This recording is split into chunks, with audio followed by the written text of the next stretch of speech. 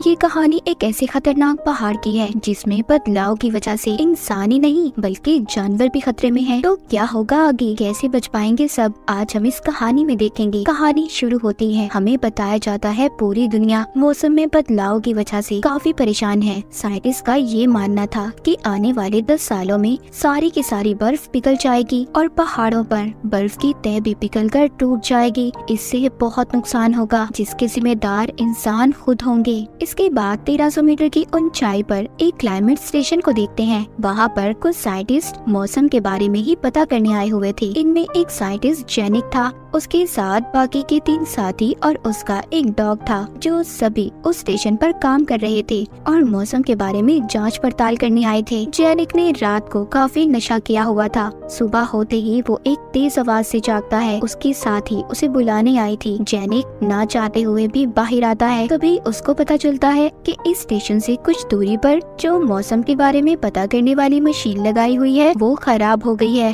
वो ठीक से काम भी नहीं कर रही। उस मशीन के बगैर ये ठीक से काम भी नहीं कर पा रहे थे, इसीलिए इन्हें उस मशीन को जल्द से जल्द ठीक करना होगा। जेनिक को ही उस मशीन को ठीक करने जाना था, इसीलिए ये सबकी बात मान लेता है। जब ये बाहर जाता है तो बाहर अपने डॉग को देखता है जो अजीब तरीके से एक पहाड़ को देख रहा था, जैसे उस डॉग को उन बर्फीले पहाड़ों पर कुछ अजीब सा नजर आ रहा हो। यहीं पर जेनिक का साथी उससे कहता है, जेनिक हमें यहाँ रहते हुए काफी वक्त हो गया है, तुम बहुत अलग रहते हो, ऐसा क्यों है? बल्कि ऐसी जगह पर तो हमें एक साथ रहना चाहिए, अच्छी दोस्ती करनी चाहिए एक दूसरे से। जेनिक कहता है, मैं इसकी वजह तुम्हें बाद में बताऊंगा, अभी फिलहाल तुम मेरे पीछे आओ। जब ये जा रहे थे तभी जेनिक का डॉग भौंकते हुए अलग रास्ते पर चला जाता है। जब ये दोनों भी उसका पीछा करते हैं, वो रुककर एक पहाड़ को देखते हैं जो लाल रंग की बर्फ की तह से ढका हुआ था। वो इस बर्फ को देखकर हैरान भी थे और खुश भी, इसीलिए यहाँ पर जेनिक का साथी इस बर्फ का सैंपल ले लेता है ताकि बाद में ये इस पर रिसर्च, इस पर जांच कर सके। जेनिक को पास ही गुफा से अजीब सी आवाजें भी आती हैं, लेकिन वो इस बात पर ध्यान नहीं देता और क्लाइमेट मशीन का ट्रांसफार्मर ठीक करने लगता है। पर उसका डॉग उस आवाज का पीछा करता हुआ गुफा तक चला जाता है। वहीं पर पत्थरों के पास एक लोमड़ी थी जो अजीब से सांस ले रही थी। उसके पेट में कुछ हिल भी रहा था। अचानक से उस लोमड़ी का पेट फट जाता है। बाहर जेनिक को अपने डॉग के रोने की आवाज भी आ रही थी, इसीलिए ये जल्दबाजी में जब उठने लगता है तो इसका सर टकरा जाता है। इसका साथी भी पहाड़ से गिर गया था। जब ये जाकर देखते हैं तो इसका डॉग रो रहा था। उधर ही ये लोमड़ी की लाश को भी देखते हैं, पर इसके डॉग के जिस्म पर भी अजीब सी चोट का निशान था। गुफा के अंदर से और भी अजीब सी आवाजें आ रही थी, पर जेनिक उन पर कोई ध्यान नहीं देता और अपने डॉग को बाहर ले आता है। ये वापस से अपने स्टेशन पर आ गए थे। जेनिक का साथी वो बर्फ का सैंपल अपनी दूसरी साथी को देता है जो अपने साथ लाया था। इनकी साथी उसे चेक करती है, कहती है ये अजीब चीज है, कोई अजीब बैक्टीरिया जो इंसान या फिर जानवरों से मिलकर अजीब सी क्रिएचर पैदा कर रही है। वो जेनिक से कहती है, जहाँ से तुम्हें ये सैंपल मिला है तो मुझे उस ग्लेशियर पर लेकर चलो, मैं और भी सैंपल लेकर उन पर रिसर्च करना चाहती हूँ। जेनिक कहता है, रात को मैं बाहर नहीं जाऊंगा, इस वक्त तो कभी नहीं। गुफा के पास एक खतरनाक लोमड़ी फिर रही है। उसके साथी उससे कहते हैं, जेनिक अब तुम ये बहाना कर रहे हो, गुफा के पास कोई खतरा नहीं है। लेकिन ये फिर भी अगले दिन जाने का फैसला करते हैं। इनका एक साथी कहता है, 2 दिन बाद प्राइम मिनिस्टर अपनी टीम के साथ आने वाली है, तो हम में से कोई भी उन्हें उस लाल चट्टान के बारे में कुछ नहीं बताएगा। जेनिक कहता है, ये मेरा काम है, मुझे ये सब बताना होगा। उधर प्राइम मिनिस्टर को देखते हैं जो कुछ रिपोर्टर्स के साथ आई हुई थी। के साथ जेनिक की पुरानी दोस्त भी थी जिसका नाम टेंचा था, पर जेनिक और इसके दरमियान में अब अलैदगी हो गई थी। टेंचा भी पहले पहाड़ों पर ही काम किया करती थी। इधर स्टेशन पर जेनिक के साथी उसे समझा रहे थे कि तुम मिनिस्टर की टीम को कुछ भी नहीं बताओगे क्योंकि ये सिर्फ उनका एक ट्रिप की तरह है, वो बिला वजह ही डर जाएंगे। इसलिए जेनिक का साथी उसे नशे की दवा भी दे देता है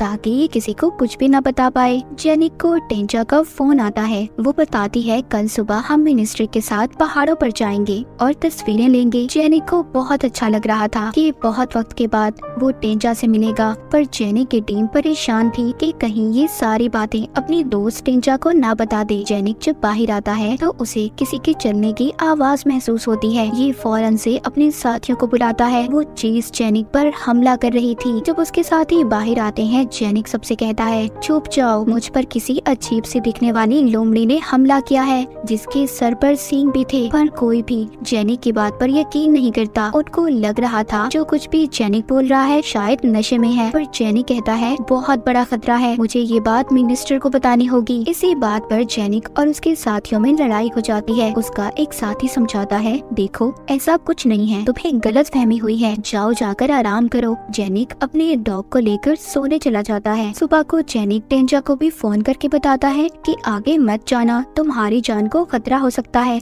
पर वो भी इसकी बात नहीं मानती और अपनी टीम को आगे जाने का बोल देती है। फिर जेनिक अपनी साथी को उसी पहाड़ के पास लेकर जाता है। जब ये जाकर देखते हैं तो जो उस पहाड़ पर लाल रंग का बैक्टीरिया था वो खत्म हो गया था। फिर भी जेनिक के साथी थोड़ा सा सैंपल ले लेती है। जेनिक पास ही अजीब सी एक कीड़े को देखता है जिसने अपने ऊपर खोल चढ़ाया हुआ था। ये उसे देखकर डर जाता है और टांग मारकर पीछे करता है। इन सब के दौरान मिनिस्टर भी अपनी टीम के साथ आगे बढ़ रही थी और एक खूबसूरत जगह रुककर तस्वीरें लेने लगते हैं। ये सब भी जेनिक के ही मेन स्टेशन तक जा रहे थे। टेंजा मौसम में बदलाव का मिनिस्टर को बताती है। खैर ये सभी वहाँ पर तस्वीरें ले रहे थे। इसी दौरान इनके एक कैमरामैन को मच्छर काट लेता है। जब ये उसे मारता है तो उस मच्छर में अजीब सा लाल बैक्टीरिया था। उधर स्टेशन पर जब जेनिक और उसकी साथी अजीब से कीड़े पर रिसर्च कर रहे थे तो वो हिलने लगता है जिससे सब डर गए थे। उनकी साथी कहती है, इसके अंदर वही लाल बैक्टीरिया है जो उस पहाड़ पर से मिला था।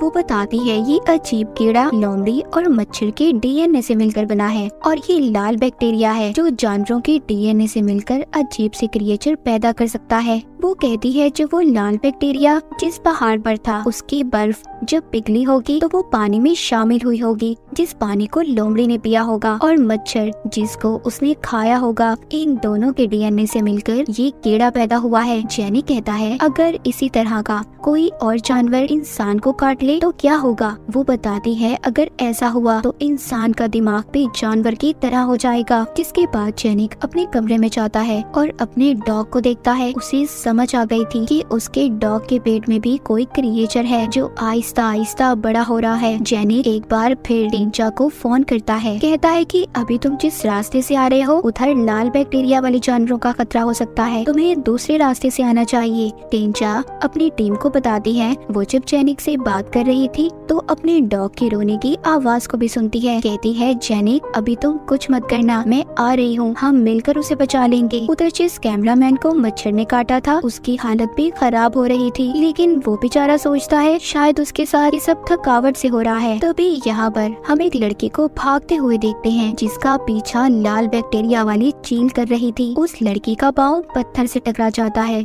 वो गिर जाती है और वो खतरनाक चील उसके पाँव पर बार बार वार कर रही थी। उधर स्टेशन पर जेनिक अपनी टीम से कहता है मैं इन सब के बारे में मिनिस्टर को बता दूंगा, पर उसकी टीम के लोग उसे मना करते हैं। कहते हैं पागल मत बनो, इस लाल बैक्टीरिया वाली बात से लोग फजूल में डर जाएंगे और ड्रामा बनेगा। हम इस पर रिसर्च करके कोई ना कोई हल निकाल लेंगे और देखो फिर हम मशहूर भी हो जाएंगे। पर वो उनकी किसी बात पर यकीन नहीं करता। कहता है अगर हिम्मत है तो मुझे रोक कर दिखाओ। जेनिक अब जा चुका था। वो रास्ते में देखता है कि एक बकरी का पेट फटा हुआ था। जेनिक सोचता है हमारे पास बहुत बड़ा खतरा आने वाला है। उधर टेंजा की टीम में कैमरामैन को भी बुखार हो गया था, इसीलिए पूरी टीम उधर ही रुकने का सोचती है। उस कैमरामैन को मच्छर ने जहाँ पर काटा था वो हिस्सा सूज गया था और उधर बस भी पड़ने लगी थी। टेंजा सबसे कहती है कि नहीं, हमें रुकना नहीं है, हमें जल्दी स्टेशन पर जाना होगा और चलने का बोलती है। तभी वो लड़की भागती हुई इनके पास आती है जिसको चील ने काटा था। वो आकर इनके पास गिर जाती है और कुछ भी बोल नहीं पाती। तभी ये लोग उस खतरनाक चील को देखते हैं जो इनके इर्द गिर्द चक्कर लगा रही थी। ये सब उस चील को देखकर डर गए थे। मिनिस्टर का बॉडीगार्ड उस चील को गोली मारने की कोशिश करता है, लेकिन चील अचानक से गायब हो जाती है। सब समझते हैं कि वो जा चुकी है, पर ऐसा नहीं था। वो अचानक से आकर बॉडीगार्ड पर हमला कर देती है और उसे मार देती है। कैमरामैन भी जिसको मच्छर ने काटा था, डर कर यहाँ से भाग जाता है। लेकिन अब इधर जेनिक भी आ गया था जो सबको बचाकर स्टेशन पर ले आता है। ये जल्दी से उस लड़की को लिटाकर उसका इलाज करते हैं जिसको चील ने काटा था, मगर टींचा की टीम के आधे लोग बाहर ही रह गए थे। टींचा जेनिक से कहती है हमें जल्द ही मदद बुलानी होगी, तुम कॉल करो। पर जेनिक का साथी बताता है कि हमारे दो साथी उन फोन को लेकर साथ ले गए हैं जो दूसरे स्टेशन पर गए हैं और वो कल सुबह तक वापस आएंगे। इस बात पर जेनिक को बहुत गुस्सा आता है। वो अपने साथी को मारता है, कहता है तुम्हारी वजह से हम बहुत बड़ी मुसीबत में फंस गए हैं। मिनिस्टर यहाँ पर कहती है कि आप मेरा फोन इस्तेमाल कर सकते हैं, लेकिन ये उनसे कहते हैं कि इतनी ऊंचाई पर आम फोन के सिग्नल नहीं आते, हमें मदद के लिए सैटेलाइट फोन ही चाहिए। ये अब कुछ भी नहीं कर सकते थे।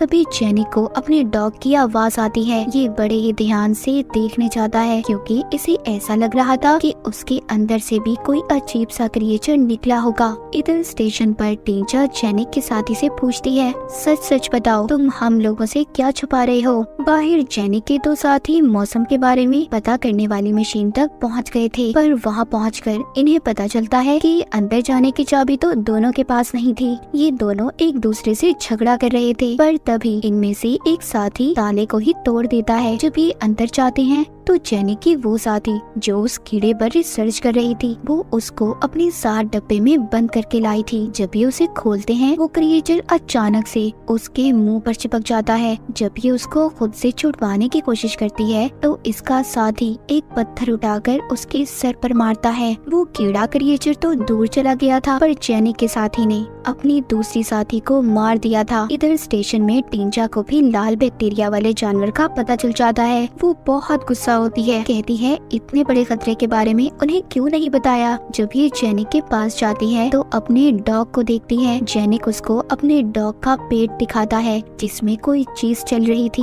वो जेनिक को एक इंजेक्शन देती है, कहती है इसका यही हल है। पर जेनिक अपने डॉग को खत्म करना चाहता था क्योंकि उसकी तकलीफ वो और नहीं देख सकता था। स्टेशन के अंदर मिनिस्टर को गुस्सा आ रहा था कि इतनी बड़ी बात इन लोगों ने इनसे क्यों छुपाई। वो जेनिक के साथी की पिटाई करने लगती है। पर जब जेनिक अपने बाकी के साथियों को ढूंढने जा रहा था जो दूसरे स्टेशन पर गए थे, अचानक से वही साथी आ जाता है जिसको जेनिक ढूंढने जा रहा था। वो स्टेशन पर आ गया था और इसने अपनी दोस्त को भी मार दिया था। वो आकर कहता है जल्दी से दरवाजा बंद कर लो क्योंकि मेरे पीछे एक बकरी है जो क्रिएचर में बदल गई है और मच्छर भी दोनों मेरे पीछे आ रहे थे। जब ये अंदर आता है तो दोनों जानवर अंदर आने की कोशिश कर रहे थे, पर जेनिक दोनों को अंदर आने से रोकता है और दरवाजा बंद कर लेता है। अपने साथी से अपनी दूसरी साथी का पूछता है जो इसके साथ गई थी। वो इससे पूछता है कि वो कहाँ पर है। तुम्हारे पास फोन था, वो यहाँ पर सबसे झूठ बोलता है, कहता है कि वो तो न जाने कहाँ पहाड़ों में गुम हो गई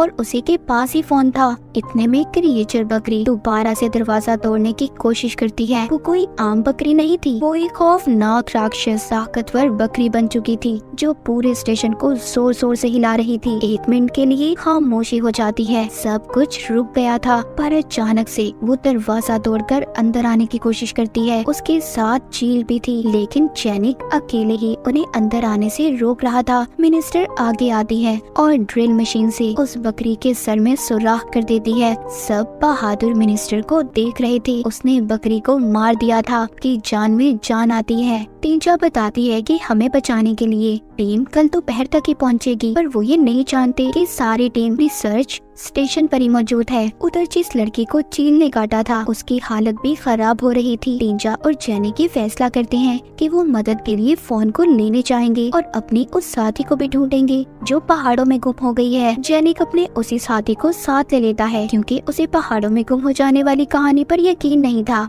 कि चले जाते हैं और बाकी के लोगों ने दरवाजे को अच्छे से बंद कर लिया था। जिस लड़की को चील ने काटा था उसको भी होश आ गया था। तभी ये सब उसकी टांग पर देखते हैं जिधर चील ने काटा था। ऐसा लग रहा था कि उसके अंदर कोई चीज चल रही हो। जेनिक का साथी कहता है जो यहाँ पर रुका हुआ था, इसको देखकर ऐसा लग रहा है कि कोई नया जानवर पैदा होने वाला है। सभी लोग घबरा जाते हैं और बाहर जाने लगते हैं। मिनिस्टर कहती है हम इस लड़की का ऑपरेशन करेंगे, जो चीज इसकी टांग में है वो हिस्सा काट कर उसे बाहर निकाल लेंगे और उसे जला देंगे। ये ऐसा ही करते हैं जिससे उस लड़की की जान बच जाती है। बाहर जेनिक और टींचा जो मदद लेने गए थे वो सोच रहे थे कि शायद हम लड़की को नहीं बचा पाएंगे। यहाँ से जेनिक का साथी भागने की कोशिश करता है, पर जेनिक उसे बंदूक दिखाकर रोक लेता है। कहता है रुक जाओ, तुम ऐसे नहीं जा सकते। उधर स्टेशन पर सब लोग शांत थे कि उन्होंने लड़के की जान बचा ली। तभी कोई जोर जोर से दरवाजा बजाने लगता है। जब एक आदमी दरवाजा खोलता है तो दरवाजे पर वही कैमरामैन था जिसको मच्छर ने काटा था। उसका चेहरा अजीब सा खौफनाक छालों से भर गया था। वो सबसे यही कह रहा था कि प्लीज कोई तो मेरी मदद करो, कोई तो मुझे बचा लो। लेकिन तभी उसके छालों में से कीड़े बाहर आने लगते हैं। सब के सब डर गए थे। वो बेचारा डर कर आग पर गिर जाता है, जिससे उसके पूरे जिस्म में आग लग गई थी और बाहर भाग जाता है। मिनिस्टर भी जल्दी से दरवाजे को बंद कर लेती है। बाहर जेनिक और टेंजा स्टेशन पर पहुंच गए थे, जहां पर जेनिक का साथी अपनी दूसरी साथी को ढूंढने का नाटक कर रहा था, जिसको ये मार चुका था। जेनिक और टेंजा ने अपनी साथी की लाश को देख लिया था। तभी जेनिक का साथी अपनी बंदूक दिखाकर उन्हें धमकाता है कि खबरदार, इस बात के बारे में अगर तुमने किसी को भी बताया। जब टेंजा इसके पास आती है तो ये उस पर भी बंदूक से वार करता है और जेनिक को मारने की कोशिश करता है। इसी उसमें गोली चल जाती है और सारी गुफा रोशन हो गई थी। पर तभी गुफा से एक अजीब सी राक्षस मकड़ी और लोमड़ी बाहर आते हैं और जेनिक के साथी को चीर फाड़ कर खा जाती हैं। जब उन जानवरों का ध्यान जेनिक और टेंजा पर जाता है, दोनों वहाँ से भागने की कोशिश करते हैं। जेनिक को तो लोमड़ी ने पकड़ लिया था, पर टेंजा उसे बचा लेती है। वो लोमड़ी पर वार करके उसे मार देती है। फिर ये अपनी उस साथी की लाश के पास जाते हैं जिसके पास सैटेलाइट फोन था और मदद बुलाते हैं। सुबह भी हो चुकी थी। जब ये दूर से देखते हैं तो स्टेशन पर से धुएं उठ रहे थे। ये जल्दी से जाकर देखते हैं तो वो लड़की भी मर चुकी थी जिसको चील ने काटा था। थोड़ी देर बाद इन्हें हेलीकॉप्टर की आवाज भी आ जाती है। जब ये बाहर जाकर देखते हैं तो बाहर इनकी मदद के लिए लोग आ गए थे। जाने से पहले टेंजा जेनिक के कमरे में जाती है, जहाँ पर इनके डॉग ने एक बच्चे को पैदा किया था। ये बच्चा भी लाल बैक्टीरिया की वजह से ही पैदा हुआ है। जेनिक उस बच्चे को मारने वाला था, पर टेंजा उसको रोकती है। कहती है मैं इसको साथ लेकर जाना चाहती हूँ। जैसे ही ये हेलीकॉप्टर में बैठते हैं तो ये एक और पहाड़ को देखते हैं जिस पर लाल रंग की बर्फ थी, मतलब एक और खतरा। इनको उस छोटे बच्चे की आवाज भी आती है जिसको टेंजा साथ लाई थी। टेंजा और जेनिक दोनों एक दूसरे की तरफ देखते हैं। इनको आने वाले खतरे